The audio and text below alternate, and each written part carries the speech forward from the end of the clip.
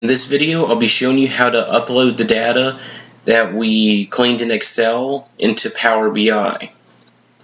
To do that, you can either go to Get Data and click Excel, or if Excel is shown here, just click that. Once you click it, you need to go into the correct location for your data and open it. And once it's done uploading, you may have to do a little checkbox right here. And you could transform the data now, but since we already did a good portion of that, we're just going to do load.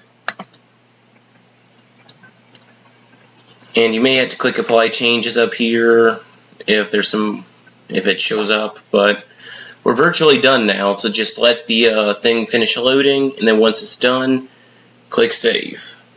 Hey everyone, if you have encountered any issues attempting to upload the Excel file, like getting an error message, go ahead and check and see what it is by clicking on one of the options to see what the errors are that are on the other Power BI screen right here.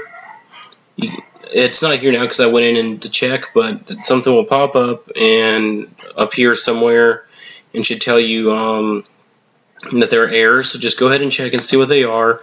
And as you can see, for me, offense time is recording errors, but if I scroll through, it does not appear to have any other errors besides that.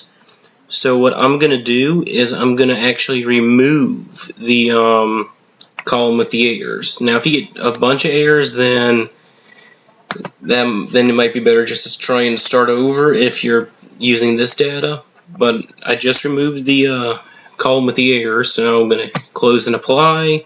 It may take a little bit. I'll cut to when it's done doing its updates. But before I do that, I must mention that if you're using an Excel file and you're not constantly downloading a new one, then then this information will not update like it would with OData.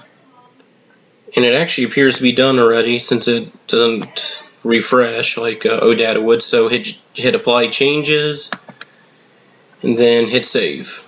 Thank you for watching, and I hope you have a great day.